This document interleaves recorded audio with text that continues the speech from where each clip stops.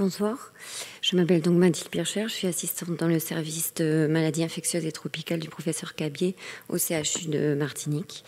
Et je vais avoir l'honneur de vous présenter une étude concernant les effets du chikungunya chez les patients vivant avec le VIH, suivis dans notre service lors de l'épidémie de 2014. En fait, en préambule, pour rappel, la Martinique est située dans les Petites Antilles, dans la Caraïbe, et comprend à peu près 400 000 habitants. Le chikungunya est un virus de la famille des flavivirus et du genre Togaviridae. Et l'épidémie de 2014 a touché près de 60% de la population dans les Antilles françaises.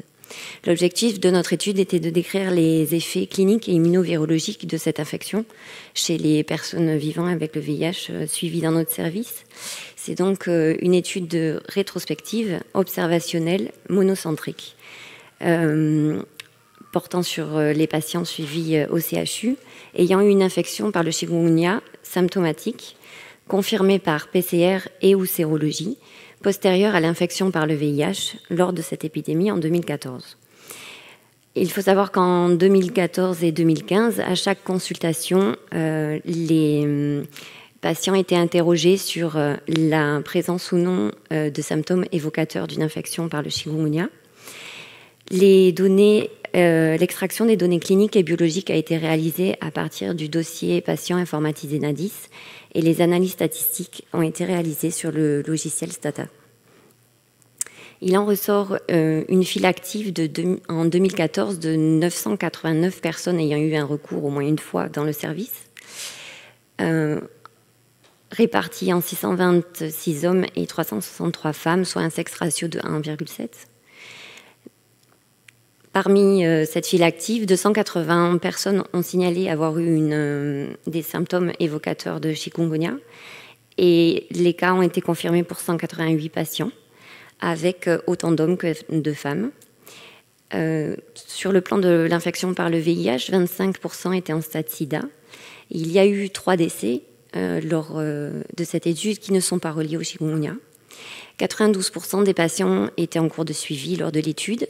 Près de 95% étaient sous traitement antirétroviral et près de 92% étaient avec une charge virale indétectable.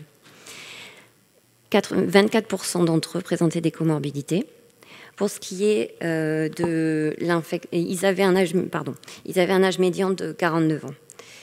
Pour ce qui est de l'infection par le chikungunya, 71% présentaient une forme commune associant à la fois fièvre et arthralgie, 18% une forme frustre, et les données ont été manquantes concernant la symptomatologie pour 10 hommes et 5 femmes. Nous avons mis en évidence une différence statistiquement significative entre les hommes et les femmes, avec plus de myalgie et d'éruptions cutanées chez les femmes que chez les hommes. Globalement, il y avait moins de formes chroniques que dans la population générale et plus de formes atypiques et sévères.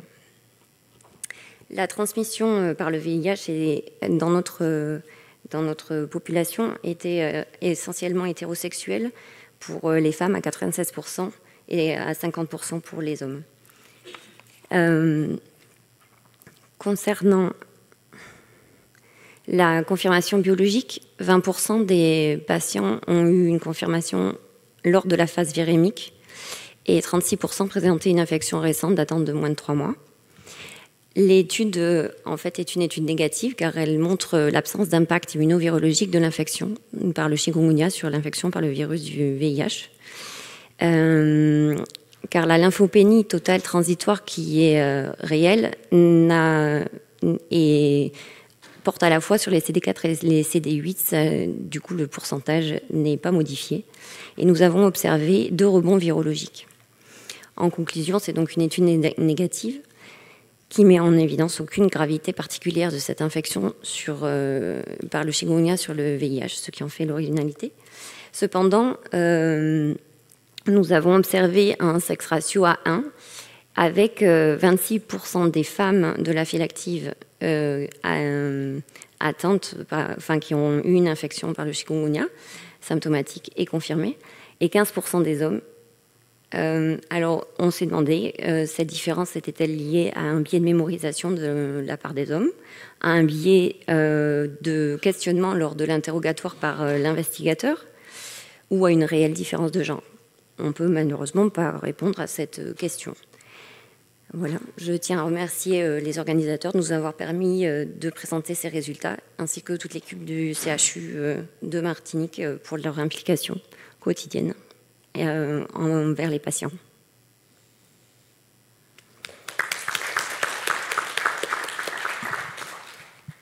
Merci pour ces résultats. Est-ce qu'on a des questions, des commentaires?